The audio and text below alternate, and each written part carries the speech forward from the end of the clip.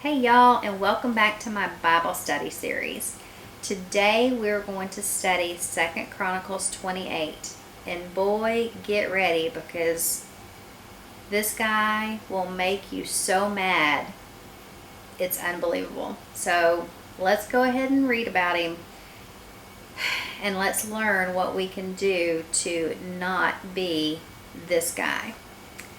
Alright, so it's 2 Chronicles 28. Verse 1 says, Ahaz was 20 years old when he became king, and he reigned in Jerusalem 16 years. Unlike David his father, he did not do what was right in the eyes of the Lord. I mean, that's going to give us a clue right there, right? He followed the ways of the kings of Israel and also made idols for worshiping the Baals. Remember, the two countries are split. You've got Israel, which is the north country, and Judah, which is the south country. Israel, they did not ever worship God. They worshiped idols. And Judah, it seems like every other king worshiped God. The other kings were bad. So this guy, Ahaz, is in Judah, and he is looking to the north country to see how they are worshiping, and they are actually not doing right. They're worshiping idols. All right, verse 3. He burned sacrifices in the valley of Ben Hinnom and sacrificed his children in the fire, engaging in the detestable practices of the nations the Lord had driven out before the Israelites. He offered sacrifices and burned incense in the high places, on the hilltops, and under every spreading tree. Therefore, the Lord his God delivered him into the hands of the king of Aram. The Arameans defeated him and took many of his people as prisoners and brought them to Damascus. He was also given into the hands of the king of Israel, who inflicted heavy casualties on him. In one day, Pekah, son of Remaliah, killed 120,000 soldiers in Judah, because Judah had forsaken the Lord, the God of their ancestors. Zikri, an Ephraimite warrior, killed Maaseh, the king's son. Azikram, the officer in charge of the palace, and Elkanah, second to the king. The men of Israel took captive from their fellow Israelites who were from Judah 200,000 wives, sons, and daughters. They also took a great deal of plunder, which they carried back to Samaria. But a prophet of the Lord came, named Oded, was there, and he went out to meet the army when it returned to Samaria. He said to them, because the Lord, the God of your ancestors, was angry with Judah, he gave them into your hand. But you have slaughtered them in a rage that reaches the heaven. And now you intend to make the men and women of Judah and Jerusalem your slaves. But aren't you also guilty of sins against the Lord your God? Now listen to me. Send back your fellow Israelites you have taken as prisoners, for the Lord's fierce anger rests on you. Then some of the leaders in Ephraim, Azariah son of Jehanan, Barakiah son of Meshelemath, I don't know, Jehezekiah, son of Shallum, and Amasa, son of Hadlai, confronted those who were arriving from the war. You must not bring those prisoners here, they said, or we will be guilty before the Lord. Do you intend to add our sin and guilt? For our guilt is already great, and his fierce anger rests on Israel. So the soldiers gave up the prisoners and plunder in the presence of the officials and all the assembly. The men designated by name took the prisoners, and from the plunder they clothed all who were naked. They provided them with clothes and sandals, food and drink, and healing balm. all those who were weak they put on donkeys. So they took them back to their fellow Israelites at Jericho, the city of palms, and returned to Samaria. At that time, King Ahaz sent to the kings of Assyria for help. The Edomites had again come and attacked Judah and carried away prisoners, while the Philistines had raided towns in the foothills and in the Negev of Judah. They captured and occupied Beth Shemesh, Ajalon, and Gederoth, as well as Soko, Timnah, and Gizmo, with their surrounding villages. The Lord had humbled Judah because of Ahaz, king of Israel, for he had promoted wickedness in Judah and had been most unfaithful to the Lord. Tiglath-Pileser, king of Assyria, came to him, but he gave him trouble instead of help. Ahaz took some of the things from the temple of the Lord and from the royal palace and from the officials and presented them to the king of Assyria, but that did not help him.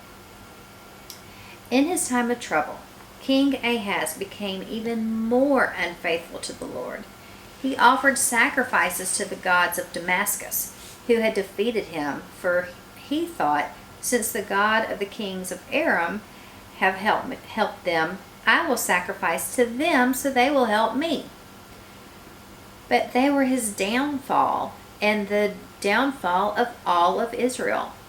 Ahaz gathered together the furnishings from the temple of God and cut them in pieces. He shut the doors in the Lord's temple and set up altars on every street corner in Jerusalem. In every town in Judah he built high places to burn sacrifices to gods and aroused the anger of the Lord, the God of his ancestors. The other events of his reign and all his ways from beginning to end are written in the book of the kings of Judah and Israel. Ahaz rested with his ancestors and was buried in the city of Jerusalem, but he was not placed in the tombs of the kings of Israel, and Hezekiah his son succeeded him as king. What a guy. Oh my gosh, this guy, he's absolutely kills me, y'all. Oh my word. So, here are my thoughts and my notes that I've wrote down. Have you ever looked at somebody's kid and thought, how in the world can that be so-and-so's child? They are the complete opposite of him or her, whoever you know. I mean, I know I have. I'm like, how in the world did they believe that when that's their parent? Whatever. That's what I think of when I read about Ahaz here. How in the world can he be Jotham's son? Jotham did everything that was right in the eyes of the Lord, except he didn't have the people in the town of Judah or the country of Judah tear down their Asherah poles and stuff. But he did.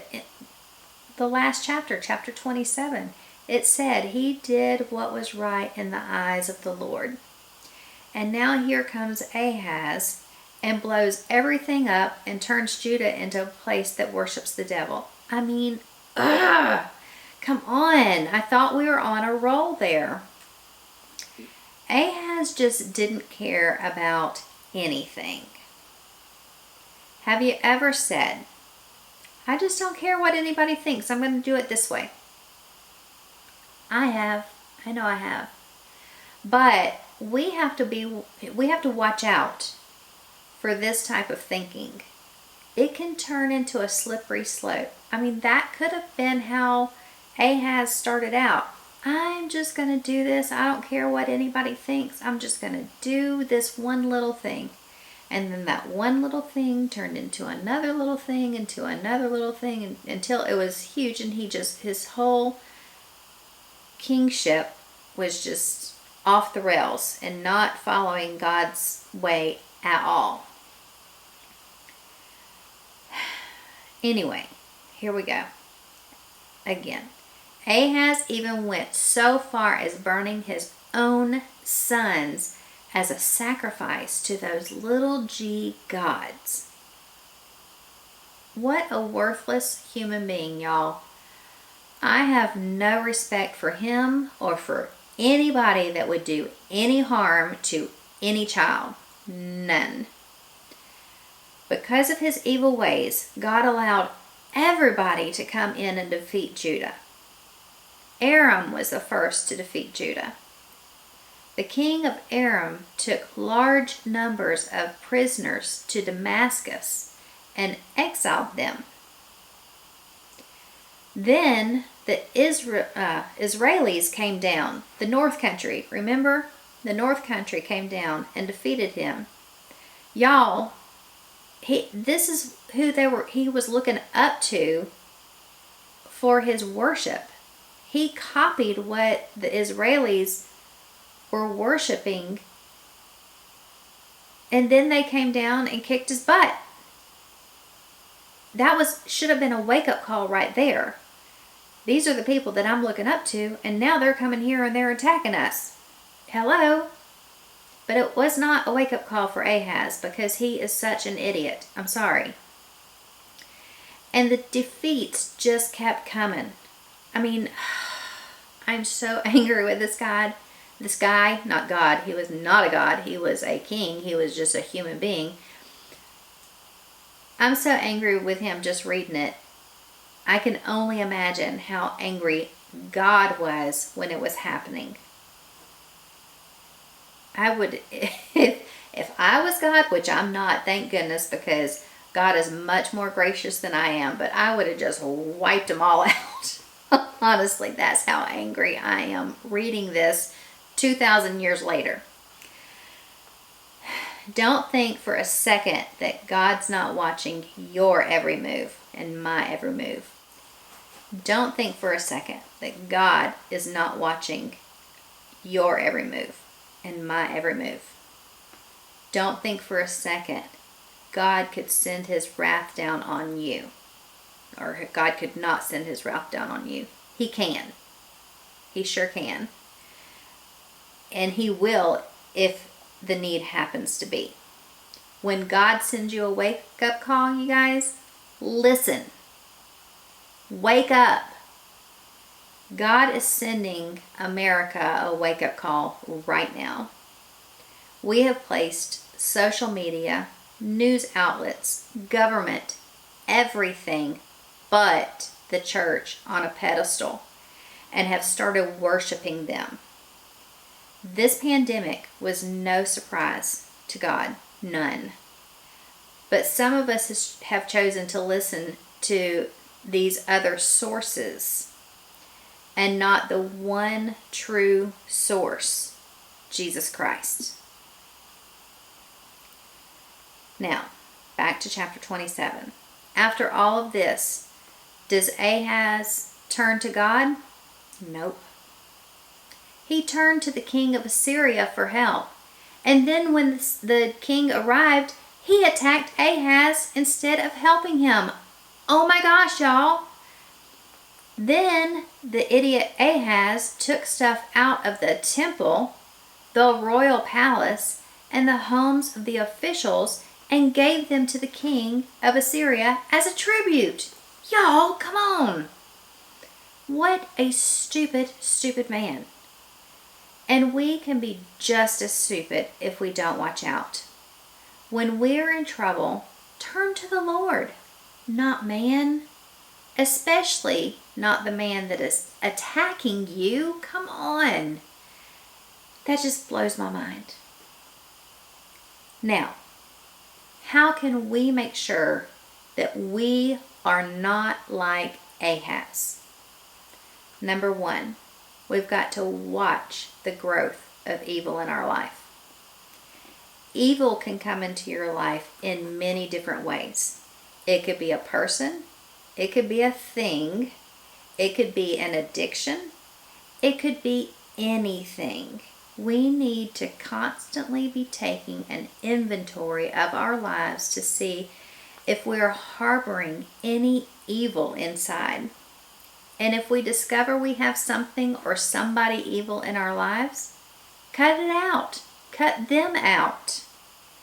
And if you need to, get help. Ask God to shine a light on things that need to be pruned out of your life, and He'll do it. He's done it for me. I can tell you that for a fact. Number 2, another way that we can keep from being like Ahaz is don't be a lukewarm Christian. Be all in. A lukewarm Christian can turn non-Christians away faster than you can blink, y'all. Believe it or not, people can see your real self through your fake self. Yeah, they can. Get into this Bible study every single week. If you aren't a Bible study geek like I am, start out weekly.